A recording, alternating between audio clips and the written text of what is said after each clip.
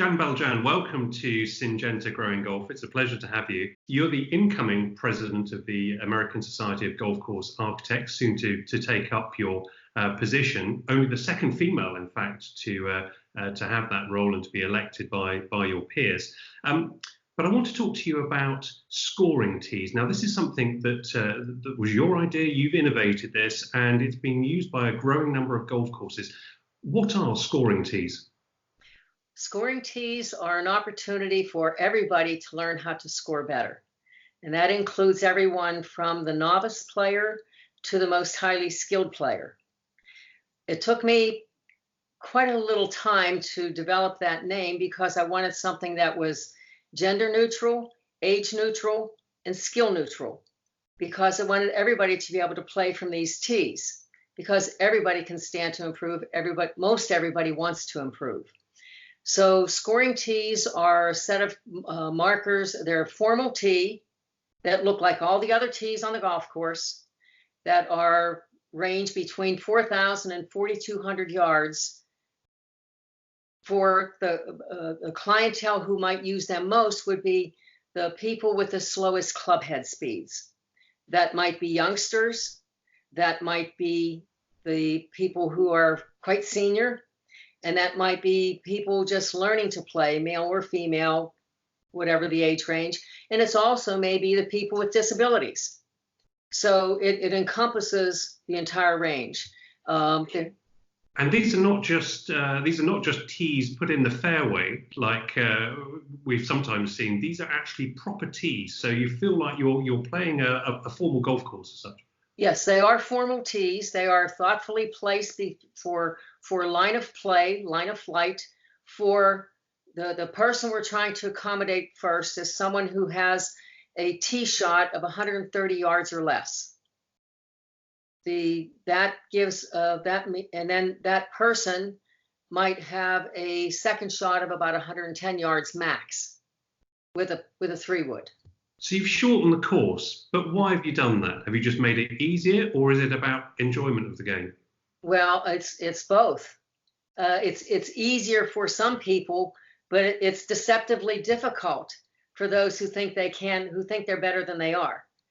So it becomes far more enjoyable for the people who have the slower club head speeds, because they'll be able to get on the greens in what we call regulation relative to par. If for someone who's trying to learn to play golf, and a par 5 is 400 yards from the most forward tees, and they can hit on their best tee shot 130 yards maybe, and on their best second shot 130, and on their best third shot, that we're asking for sequential best shots. We're asking for consistency of the people who are the least consistent. And so many times it will take them 6 or 7 or 8 strokes to get on that hole, and then they get to putt. So for them, the terms par, bogey, and birdie mean nothing. What they do know is 7, 8, and 9. They know numbers. And so the idea is for them to feel more included in the game of golf by using the terminology that are attributed relative to par. So they get on, because they get on in regulation. Now they have a chance for 1 or 2 putts, conceivably bogey, conceivably par, and maybe even birdie. And this is where they have fun. Now, I read somewhere that, and no man would ever know this because I think this happens in the women's changing rooms, but I read that using the scoring tees, women were putting up birdie trees in their changing rooms. Tell us what a birdie tree is and what is that all about? Well, it's one of the questions I ask men about, 2012, I was asked by the PGA of America to do a presentation on scoring tees. And so I asked them, how many of you know what a birdie tree is? And they looked around, and maybe there were a few hands went up. A birdie tree is in the ladies' changing room because it's used on a seasonal basis. It has all 18 holes on it, leaves, or somehow there's quite a large variety. I've got a great collection of them photographically. And when someone in competition, in the ladies' day competitions, would have a birdie, they'd put their name on that, on a thing, and then put it on where the hole was. And then at the end of the season, the woman who had the most birdies won a prize. That might mean the most birdies in an entire season may be 3. How would you feel if you had 3 birdies in an entire season of golf? So the birdie tree is a celebration of success. It's a celebration of birdies, because on those holes, they put together 3 or 4 sequential best shots, or 2, so it's a par 3, sequential best shots for that hole in the entire season. So it tells you that the golf courses are too long for that club head speed. If they weren't too long, there would be more birdies, right? So this was one of the things that gave me pause to think, how could I make it so that, why did women have to have birdie trees and have only 5 birdies or 7 birdies in an entire season, when men have them regularly, if not every chance, that not every time they play, at least every 3 times they have birdies. And for them, it's a celebration too. And that's a key point as well, isn't it? Celebration. It's that attainment, but celebrating together, because that all has an impact on the enjoyment, and frankly, perhaps people coming back and playing more golf. Well, that's right, because it is a mark of success. If par is what's expected, then a birdie is better than expected, and we all like to celebrate anything that's better than expected, right? So that's true. But even when people say, "Oh, well, I had a bogey," but at least they can backtrack and figure out where they had the bogey. Was it because they had 3 putts, or because they mishit a chip, or because they had a bad drive, because they were in a penalty area? So the bogeys are a lot more kind of excusable than doubles and triples and everything above that. Is this an example of really being customer centric, understanding customers' wants and needs, and frankly delivering innovative ideas that are going to impact positively on the bottom line of a golf venue? Does it make a difference to business? It does make a difference. And the first thing I want to express here is that our customers don't always know what they need. They may think they know what they want, but they may not know what they need. So to that end, there are some people, so when I've done scoring tees at some of the golf courses, and some of the longer hitting lady golfers say, well, I'll hit through the fairway. And my question is, well, have you ever watched a professional golf tournament on TV or in person? Say, well, of course I have. Well, did you ever notice that whether it was a PGA tournament or an LPGA tournament, that sometimes those professionals choose a club other than a driver? Oh, yes, you can make that decision too. So it becomes about course management. And so as soon as they understand that, then it does become very much, and these were the conversations I had with the club governors, so that they could understand how it would benefit them, benefit the bottom line with member retention, more people playing rounds of golf, and more enjoyment. When there's more enjoyment on the golf course, the hamburgers taste better too, right? So are there some examples, perhaps courses that you've worked with where they've put scoring tees in and seen this sort of benefit that you're talking about? Exactly. The first course where I did this, actually there's 36 holes there. We did 18 holes in 2015 and the other 18 in 2016. As soon as the course opened, it was a hit with the ladies who struggled. There were a number of 9-hole golfers, women golfers, and the reason they were 9 holes is because they took so many strokes. Well, after we had the scoring tees, now they extended to 12 holes and to 18 holes, because the same number of strokes were relatively the same. So that changed, which meant they would play an entire 18 instead of devoting themselves only to 1-9 every week. Every week they could play all 18. There was a woman who played 22 more rounds of golf the year after we instituted the scoring tees at Pelican's Nest in Naples, Florida, Bonita Springs, Florida. She had so much more fun, and because she played more golf, she had her friends play more golf with her. So there's more rounds, which of course means more golf balls, more golf gloves, more golf outfits, more lunches, more soft drinks, more adult beverages. It means, so it's a trickle up or a trickle down, whichever way you want to say, that there's a improvement to the bottom line. There was an 88-year-old woman who shot an 84. Imagine that, because she played from a set of markers that worked for her club head speed. Her skill wasn't lacking. It was only distance. She was a long-time golfer. But is it not the case as well, and I think I've seen you say this, that even for good players, for elite players, playing that shorter course is very, very good for honing your skills. So it works for either end of the spectrum, elite players or even older people with slower swing speeds. Well, that's true. And so let me continue with, so that was that segment of the population at Pelican's Nest. Now, the exact opposite were the single-digit players. Even today, there are 12 to 20 single-digit men who play 9 holes in 90 minutes or less from the scoring tees every Friday. Because what it does, it actually brings more guys to play. Again, the skill level, isn't lacking, it's the distance. So there are more of the competitive players who want to play. But now, because there's a course that can work for them, these single-digit players match up and they have great fun. They have great fun, which is why they do it. It's also, there was another distinct advantage on this golf course.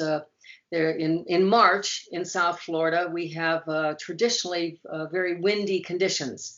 Maybe not like the UK seacoast, but we still have some windy conditions, 35 miles an hour, give or take. So this is a very tight golf course, and what they chose to do, all the men chose to play from the scoring tees this particular week because they didn't have to pull out their drivers that could go way into the next fairway, could go into the rough, the palmettos, where they would lose golf balls. They said, we're playing from here because the golf course is rated for us from here too. We can still put these in for our handicaps and from our competitions. So those people who are the single-digit players, and I, again, one of the things that I used when I talked to the club governors was, in the U.S., collegiate golfers are commonly asked by their coaches, not asked, required by their coaches to play from the most forward set of markers at least once a week for 3 reasons. One is they have to learn course management. If they're commonly playing from 6,800 or 7,000 yards, and now you're asking them to play from 5,200 or 5,600 yards, it's a completely different golf course for that long hitter. So he now has to learn course management. Where do I position the tee shot so that I have the best, most advantageous next shot? Then they have to learn the short game. So how short is short? Are we talking a quarter swing, a half swing, or a full swing short game? So they learn that. And the third thing they learn is to go low. If somebody shoots a 62 from 4,200 yards, they still shot 62. They still had to think about the ball placement. They still had to execute the shots. They still had to put the ball in the hole. This gives those players the confidence to proceed when they get to a low score in competition from a longer set of tees. There was a golf professional, my husband took lessons from him, who told him that when he was playing collegiate golf, his coach had him play from the most forward set of markers until he could break par 3 times from those markers. It took him more than 2 months to do that. And after he did that, so think about that. If you're a collegiate player and all your teammates, all your male teammates are playing from 68, 7,000 yards, and you're playing at 52 or 5,400 yards because you just can't break the barrier. As soon as he did that, he was able to score better than his playing partners because he learned more skills from that yardage. Yeah. Interestingly, Jan, there was a piece of research done by the American Society of Golf Course Architects, and I think this is the second year this survey has been done, asking golf courses, golf clubs about their priorities. Now, one of the things that came out, I think it was almost top of the list, was that golf venues were looking to introduce shorter tees, to create shorter courses. It's obviously very much at the forefront of their mind in terms of their revenues and profitability.